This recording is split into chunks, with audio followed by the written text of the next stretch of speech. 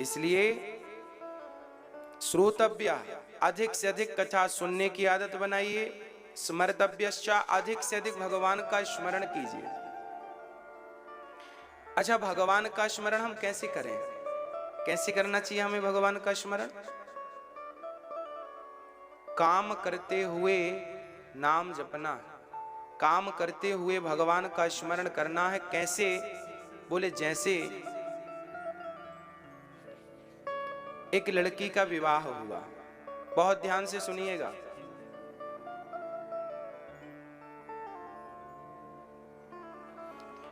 एक लड़की का विवाह हुआ, ससुराल गई। जितनी माताएं बैठी हैं वो ध्यान से सुनेंगी। एक लड़की का विवाह हुआ, ससुराल गई।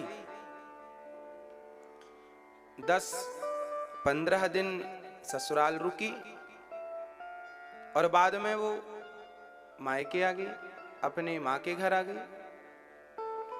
जब वो लड़की अपने माँ के घर आई, मायके में, तो वो काम बराबर करती है घर का, पर काम करते हुए वो किसी को याद कर रही थी। आप बता सकते हैं किसे याद कर रही थी? किसे? हाँ, मैया जी, ओ मेरी माँ, बहुत ध्यान से सुनिएगा। हम आपसे पूछेंगे, जितना सुनाएंगे उतना पूछेंगे। एक लड़की ससुराल गई, 15 दिन में मायके आई। पहली बार ससुराल गई शादी के।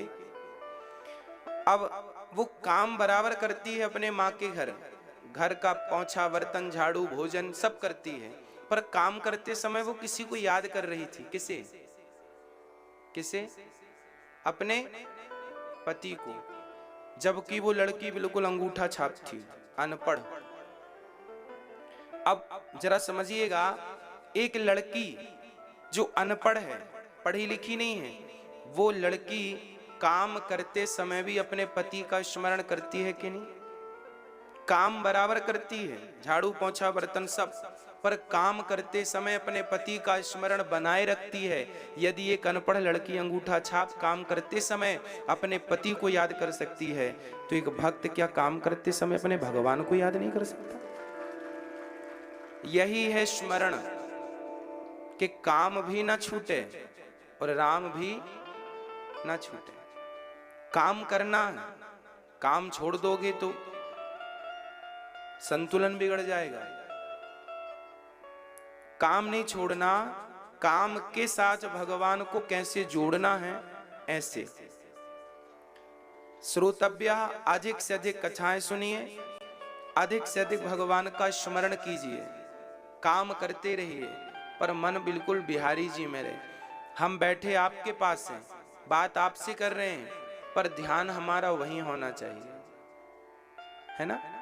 कई बार हम ऐसी सिचुएशन में रहते भी हैं, आपके घर में कोई बात हो गई और आपको तभी कहीं जाना हुआ, तो आप यात्रा कर रहे हैं, पर पूरा माइंड, पूरा ध्यान घर पे ही उस बात पर है। ऐसा होता है कि नहीं? किसी बात को लेके कुछ हो गया, पूरा माइंड वहीं रहता, हम कहीं भी रहें, बातचीत किसी और से करें, पर वो ध्यान वहीं है।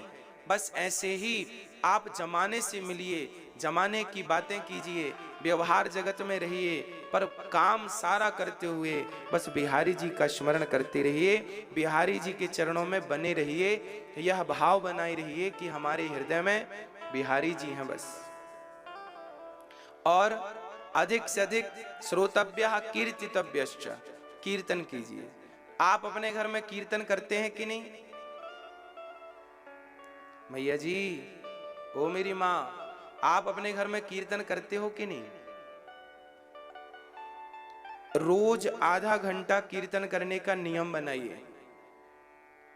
जब आप रोज आधा घंटा कीर्तन करेंगे तो आप देखेंगे कि आप अपने जीवन में बहुत अच्छे हैं। आपको बहुत संतुष्टि मिलेगी, शांति मिलेगी, आनंद का अनुभव होगा। कब? जब आप रोज कीर्तन करेंगे अपने घर पर।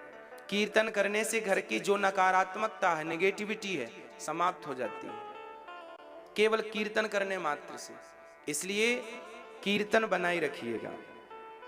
जितासनो, जितश्वासो, जित संगो, जितेंद्रिया, 4 चीजें और। ये राजा परीक्षित को सुखदेव भगवान ज्ञान दे रहे हैं, सुनिएगा। जितासनो जितश्वासो जित संगो जितेंद्रिया। जितासनो, सबसे पहले आसन जीतिए। हम सभी को रोज प्राणायाम तो करना ही चाहिए। क्या करना चाहिए मेरी माँ? प्राणायाम, भस्त्रिका प्राणायाम तो करना ही चाहिए। भस्त्रिका प्राणायाम मतलब लंबी श्वास भरना फिर छोड़ना, श्वास भरना फिर छोड़ना। भस्त्रिका प्राणायाम से क्या होता है? शरीर में रक्त का संचार बढ़िया होता है, कोई बीमारी जल्दी से होती नहीं भस्त्रिका प्राणायाम करने से। जितासनो, श्वास को जीतिए, आसन प्राणायाम कीजिए और अच्छी संगत, कोशिश कीजिए कि आप गलत लोगों से ना जुड़ें, कुसंगति से ना जुड़ें, हमेशा सत्संग से जुड़ें। अच्छा, राजा परीक्षित ने कहा गुरुदेव मुझे जल्दी मरना है, मैं क्या करूं? तब सुखदेव भगवान कहते हैं सत्यां छितौ किं कसिपु प्रयासैर् बाहौ स्वसिद्धे ह्युपवनहरै किम्। हमें ज्यादा संग्रह भी नहीं करना चाहिए। आज दुनिया में दुखी कौन है? जो ज्यादा संग्रह करता है। जो ज्यादा संग्रह करता है वो बहुत दुखी है। आज लोग परेशान इसलिए नहीं है कि उनके पेट भरने की गुंजाइश नहीं है। आज पेट के लिए कोई परेशान नहीं है, आज सब तिजोरियां भरने के लिए परेशान है। पेट तो सबका भर रहा है, बस तिजोरियां नहीं भर रही हैं, इसलिए परेशानी है। इसलिए हम आपसे कहते हैं कि जीवन में जितना संतोष होगा आप उतने ही सुखी रहेंगे। जब आवे संतोष धन, सब धन धूरी समान, गौधन गजधन बाजधन और रतन धन खान। अच्छा, हमारे पास बहुत कुछ है पर संतोष नहीं है, तो बहुत कुछ होने का अर्थ निकला संतोष ही नहीं। इसलिए संतोष जरूरी है। क्या जरूरी है? संतोष। विधाता जितना दे दें उतने में हमें क्या करना चाहिए? संतोष कर। एक सेठ जी ने अपने मुनीम से कहा कि जरा देखना हमारी पूरी प्रॉपर्टी कितनी। मुनीम जी बोले कम से कम 10 दिन लगेगा। अच्छा, इतनी प्रॉपर्टी थी कि मुनीम जी को हिसाब करने में 10 दिन लगा। चलो भाई 10 दिन ले लो। मुनीम जी ने 10 दिन बाद बताया, सेठ जी आपकी इतनी प्रॉपर्टी हो गई है कि आपकी 8 पीढ़ी बैठी बैठी खाएगी। सेठ जी रोने लगे। सेठ जी रोने लगे। क्यों रो रहे हैं सेठ जी? अरे बोले 9वीं पीढ़ी का क्या होगा? 8 पीढ़ी तो बैठी बैठी खाएगी, 9वीं पीढ़ी भूखी मरेगी। लो, 8 पीढ़ी बैठी बैठी खाए, इतनी प्रॉपर्टी है पर चिंता 9वीं की है। वही सेठ जी घर से बाहर निकले तो एक अम्मा, एक बूढ़ी मां भीख मांग रही थी। तो आज उसे एक ही घर में इतना सारा आटा मिल गया कि उसकी पूरी झोली पैक हो गई। वो बड़ी प्रसन्न। झोली ज्यादा बड़ी नहीं थी, इतनी सी झोली थी। अब वो झूम झूम के जा रही है। सेठ जी ने कहा क्यों, दूसरे घर भीख नहीं मांगोगी? उसने कहा आज एक ही घर में इतना मिल गया कि जरूरत ही नहीं है। अरे बोले कल के लिए हो जाएगा, मांग लो, कल काम आएगा आटा। उसने कहा जिस परमात्मा ने पेट दिया है वो कल की व्यवस्था वो ही करेगा, आज की हमारी हो गई, कल की वो करेगा। अब सेठ जी को समझ में आया कि राम राम, मेरी 8 पीढ़ी बैठी बैठी खाएगी, इतनी दौलत है फिर भी मैं परेशान हूं, और इसके पास कल का आटा नहीं है, फिर भी ये मेरे से ज्यादा प्रसन्न है, खुश है। इसका तात्पर्य यही हुआ कि खुश रहने के लिए प्रॉपर्टी की जरूरत नहीं है, खुश रहने के लिए केवल संतोष चाहिए। आपके पास जितने में संतोष हो जाए बस वो आपका है। इसलिए ज्यादा हाय हाय ना किया करो, विधाता जो दे दें ईमानदारी से कमाओ और खुश रहो। फिर तो सीमा ही नहीं है करने की, कमाने की, कम करते जाइए, कमाते जाइए, पर संतोष सबसे बड़ी संपत्ति है, संतोष। इसलिए जब जमी पर लेट जाने से काम बन जाए तो पलंग के लिए प्रयास ना करो। तो किसी ने कहा तकिया तो रखना पड़ेगा, बोले जमी पर लेट जाते हैं, सिराने हाथ रखते हैं, हम तो अपना तकिया बिस्तर हमेशा साथ रखते हैं। जमीन ही हमारा बिस्तर है, आकाश ही हमारा कंबल है, और ये हाथ ही हमारा तकिया है, ये सब साथ में तो है। जमी पर लेट जाते हैं, सिराने हाथ रखते हैं, हम तो अपना तकिया बिस्तर हमेशा साथ रखते हैं। ज्यादा संग्रह के पीछे ना पड़ा करो। इतना संग्रह करने के चक्कर में लोग अपना जो आनंद है यथार्थ, वो आनंद भूल जाते हैं, आनंद समाप्त कर देते हैं। इसलिए सुखदेव भगवान कहते हैं, राजन संतोषी जीवन सबसे बढ़िया है, और जिस व्यक्ति को जिस चीज की कामना है वो उसकी पूजा करता है। जिसे लक्ष्मी चाहिए वो माया देवी की उपासना करे, जिसे तेज चाहिए वह अग्नि की उपासना करे, पर अकामः सर्व कामो वा मोक्ष कामा उदारधि, जिसे मोक्ष चाहिए है वो भगवान की आराधना करे। मोक्ष क्या है? बोले भगवान की भक्ति को ही मोक्ष कहते हैं, भगवत प्राप्ति को ही मोक्ष कहते हैं। सुखदेव भगवान ने भगवान को प्रणाम करके भगवान के स्वभाव का वर्णन कर दिया। भगवान कैसे हैं? एक बार भगवान शांति दूत बन के गए थे पांडवों के यहाँ, कौरवों के यहाँ। दुर्योधन से कहा भगवान ने, भैया दुर्योधन, पांडवों को रहने को 5 गांव दे दो। ये तब की बात है जब पांडव 12 वर्ष का वनवास और 1 वर्ष का अज्ञातवास काट के आए थे। अब दुर्योधन ऐसे थे कि कहा तो था कि आप 12 वर्ष बाद आओगे तो हम आपका राज्य लौटा देंगे, पर अब तो देने का नाम ही नहीं लेते। ये संपत्ति है ही ऐसी, जिसे मिल जाए ना वो छोड़ता ही नहीं। दुर्योधन को राज्य मिला, देने कोई तैयार नहीं। भगवान ने कहा 5 गांव दे दो, झगड़ा ना हो। बोले सुई की नोक बराबर जगह भी हम नहीं देंगे, इतनी सुई की नोक बराबर। अच्छा ये बताइए, दुर्योधन कहता है मैं सुई की नोक बराबर जगह भी नहीं दूंगा। जब दुर्योधन मरा तो क्या सुई की नोक बराबर जगह लेकर गया? लेकर जाना कुछ भी नहीं है, पर व्यक्ति लड़ता मरता इतनी इतनी जगह के लिए, ये मेरी है, ये मेरी है।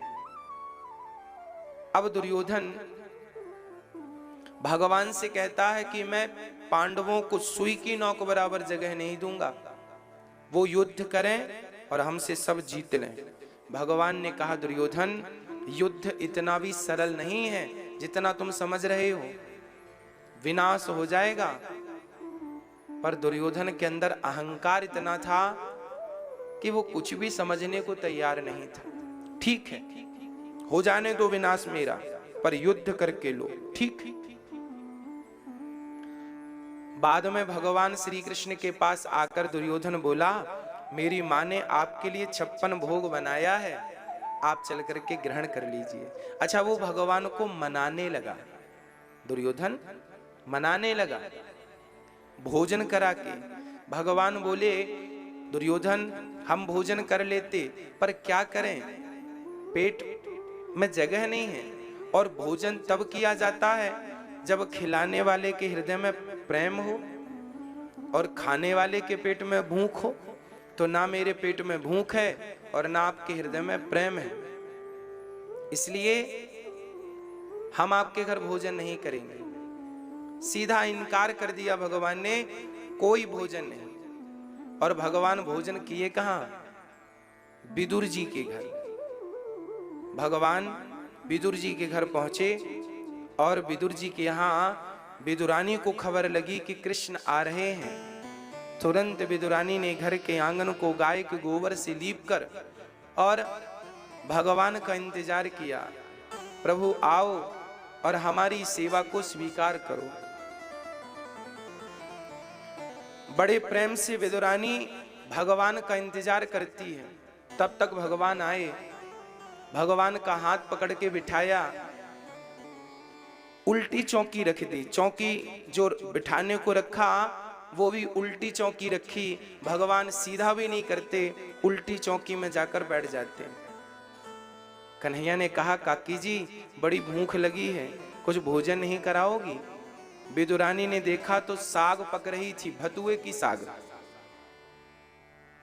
उसे लगा कि ये साग भगवान को खवाएंगी, अच्छा नहीं लगेगा, तो पके पके केला तोड़ कर ले आई और छिलका छीलती जाती, फल फेंकती जाती और छिलका फल समझकर भगवान को देती जाती। और भगवान उन छिलकों का भोग लगाते जाते, छिलका खाते जाते, खाते जाते, खाते जाते। आज भगवान ने छिलकों का भोग लगाया है, खाते गए। तब तक विदुर जी आए जो बाजार गए थे सामान लेने। विदुर जी ने देखा कि आपने छिलका खिला दिया।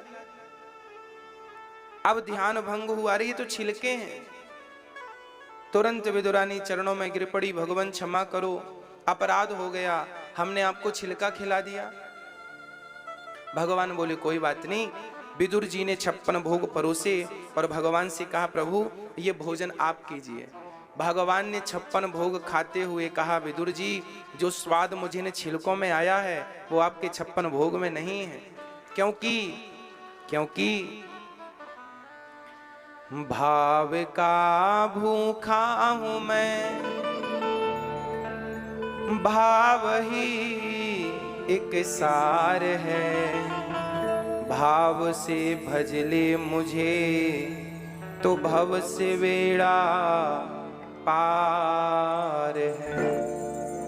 मैं केवल भाव जानता हूं, केवल प्रेम जानता हूं, और प्रेम से छिलके खवाए जाएं तो मैं छिलके भी खा लेता हूं। अच्छा, भगवान खाते क्या है? एक सज्जन ने हमसे कहा, महाराज जी यदि भगवान दाल चावल सब्जी रोटी खाते हैं तो हम तो थाली में परोस के रखते हैं, जितना रखते हैं उतना ही वापस आ जाता है। खाते होते तो एक आध रोटी कम हो जाती। अच्छा आप बताओ, भगवान खाते हैं कि नहीं? हाँ या ना? मैया जी, ओ मेरी माँ, खाते हैं भगवान? तो फिर रोटियां कम क्यों नहीं होती?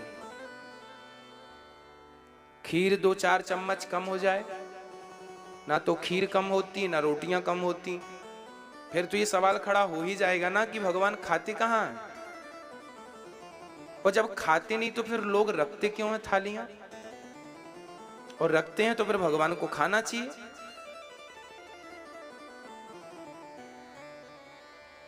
क्या सही है और क्या गलत है? आइए इसका समाधान करते हैं।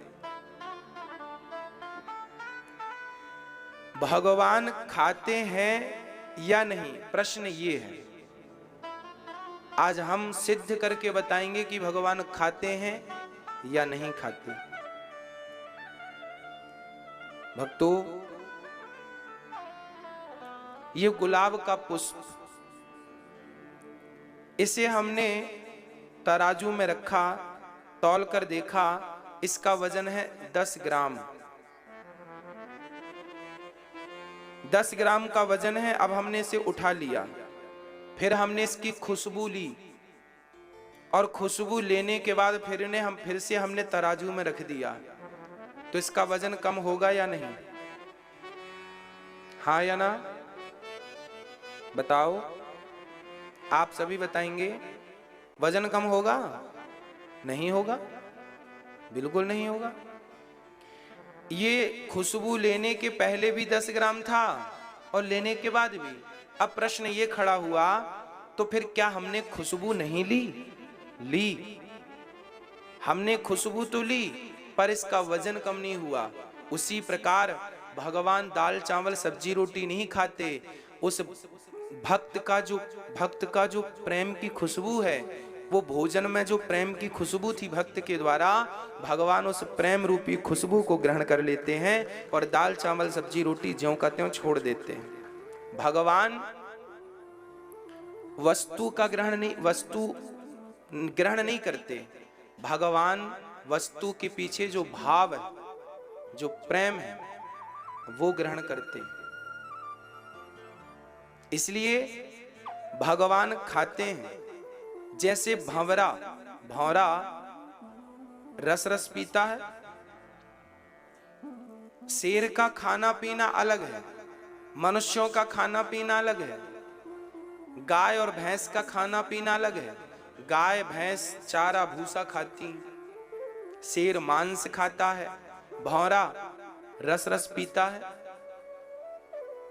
उसी प्रकार भगवान का भी खाना पीना अलग है। शेर का पेट मांस से भरता है, गाय का पेट चारा से भरता है। हम सबका पेट दाल चावल सब्जी रोटी से भरता है। उसी प्रकार भगवान का पेट भक्त के भाव से भर जाता है। भाव का भूखा हूं मैं, भाव ही के सार है। इसलिए भगवान की हर पूजा, हर भक्ति, हर भक्त को चाहिए कि वो भाव प्रधान पूजा करे। भक्ति भाव की ही तो है। इसलिए दुर्योधन की मेवा को त्याग कर विदुरानी के घर भोजन किया, क्योंकि भगवान को जहां से प्रेम मिलता है भगवान वहां जाते हैं।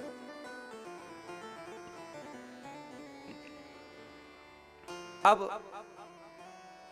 जब भगवान ने पूरी लीला की, 125 वर्ष तक भगवान इस धरती पर रहे।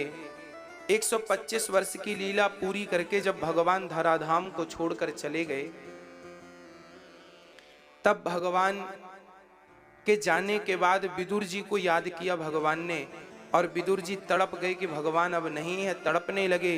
तब वो मैत्री जी के पास, उद्धव जी ने कहा, मैत्री जी के पास गए हरिद्वार, और वहां प्रश्न किया, महाराज आज विदुर जी ने मैत्री जी से प्रश्न किया,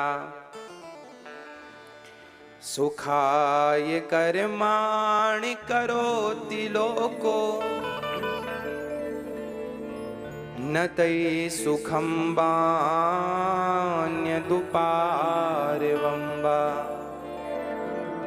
विन्देत भूयस्तत एव दुःखं यदत्र युक्तं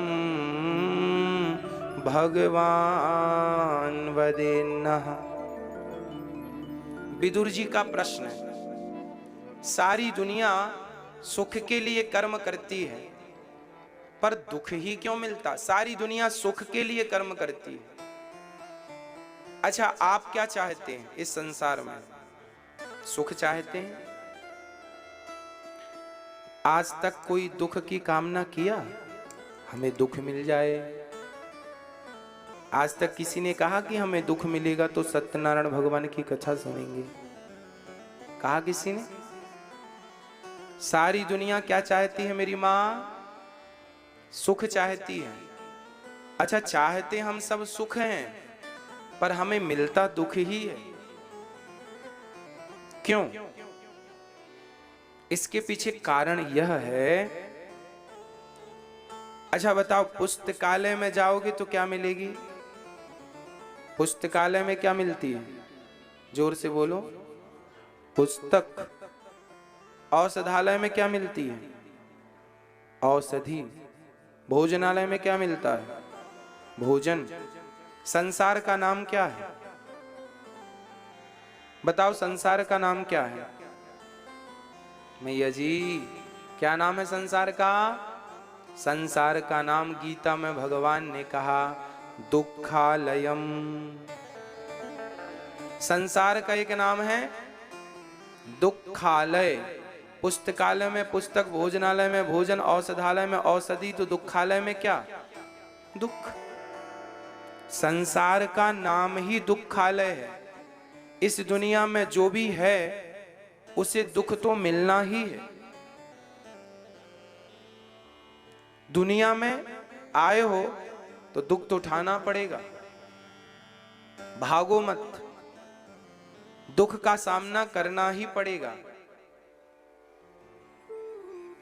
सारी दुनिया सुख के लिए जीती है, कर्म करती है, पर दुख ही मिलता है। इसलिए क्योंकि संसार में दुख ही है, इसलिए मिलता है। इसलिए इसी दुख में रहकर भगवान को याद करो, यही सुख है। बाकी प्रॉपर कोई कहे कि हम सुखी हो जाएं, संभव नहीं है। आज तक कोई सुखी हुआ? अच्छा, एक छोटा सा हिसाब करके चलते हैं। 2014 में, 2013 और 2014 में आपके पास ज्यादा पैसा था कि 2021 में ज्यादा है?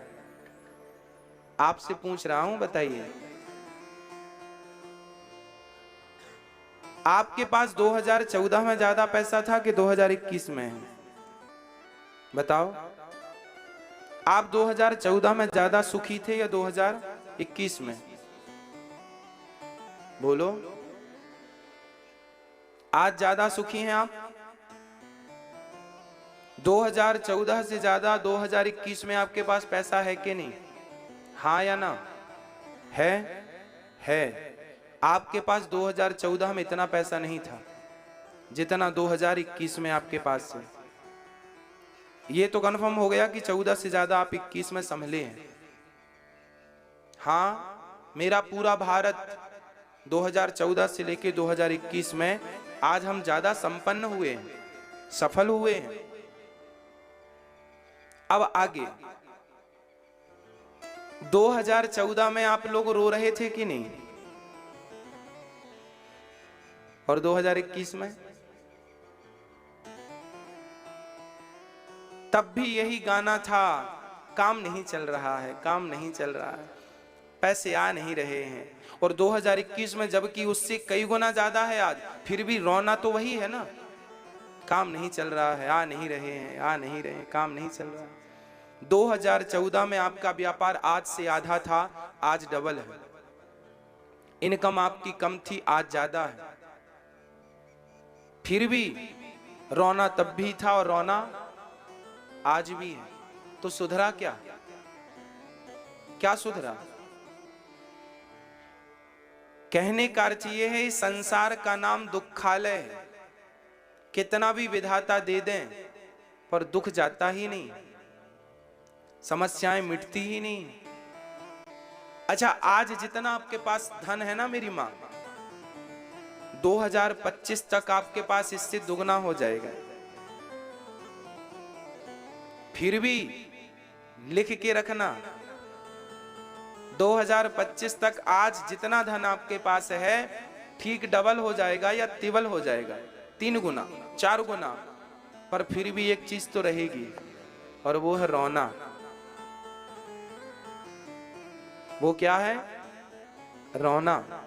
रोना नहीं जाने वाला, कितना भी मिल जाए पर रोना तो लगा ही है।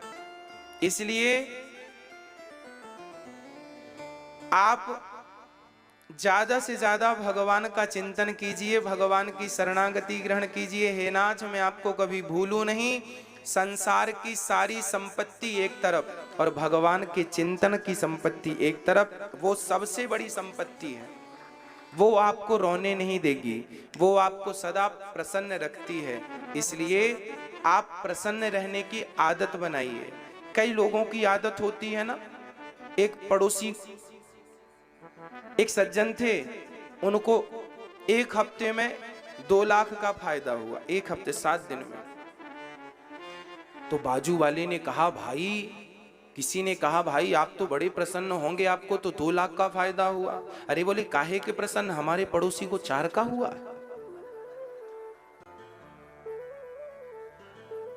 अपना 2 का उसे कम लगता है, पड़ोसी के 4 का ज्यादा लगता है। कुल मिला के यही है, इंसान का रोना नहीं मिटता।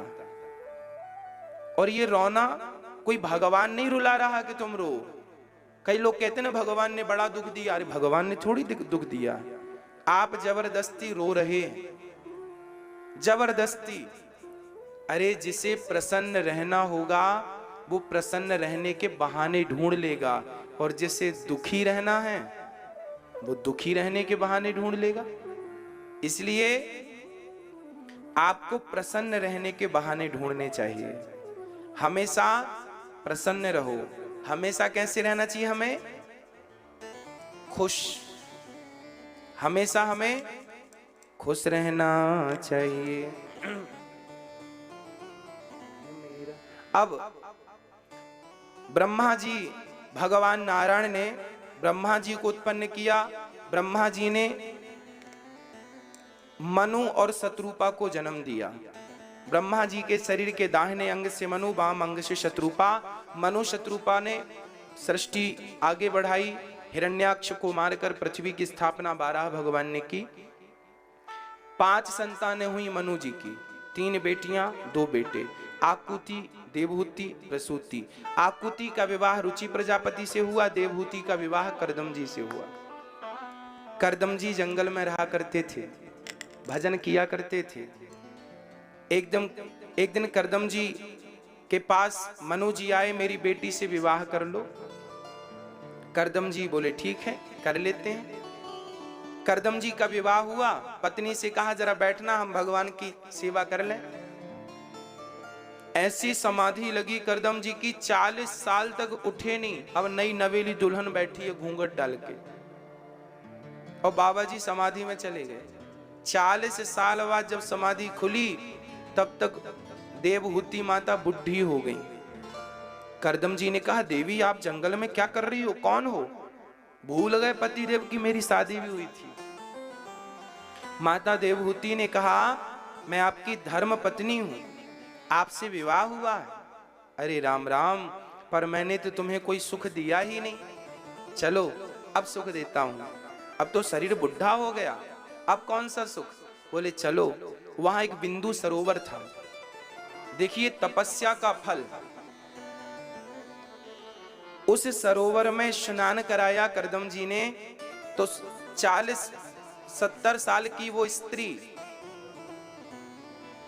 हाँ 50-60 वर्ष की वो स्त्री एकदम 16 वर्ष की कन्या बन के निकल आई। करदम जी ने भी डुबकी लगाई, वो भी बिल्कुल बूढ़े थे, युवा हो गए, जवान हो गए। और करदम जी ने अपने तप के प्रभाव से, हमारे ऋषि मुनि जो हैं, रिसर्च करने से इनका नाम ऋषि पड़ा है। ऋषि नाम क्यों पड़ा? रिसर्च करने से इनका नाम क्या पड़ गया? ऋषि। आज साइंटिस्ट कहते हैं, आज वैज्ञानिक कहते हो ना आप लोग रिसर्च करने वालों को। उस जमाने में ऋषि कहा जाता था। और करदम जी ने सबसे पहले कामक विमान की रचना कर डाली। उस विमान में अपनी पत्नी को यात्रा कराई। विमान खुद का हेलीकॉप्टर, ऐसा विमान बनाया, मन के संकल्प से चलता। कह दो यहां जाना है चला जाएगा, वहां जाना है चला जाएगा। प्रिय भक्तों, आज आपको मैं बता दूं, हमारे भारत में जो रियल है, रियल तो किसी को पता ही नहीं। आपको जो पता है वो रियल नहीं है, पर अब वही मान्यता मिल, उसी मान्यता मिल गई, लोग वही जानते हैं। फॉर एग्जाम्पल मैं आपको बताऊं, विमान की रचना किसने की? बताओ, विमान की रचना करने वाले का नाम क्या है? Wright brothers. क्या नाम है?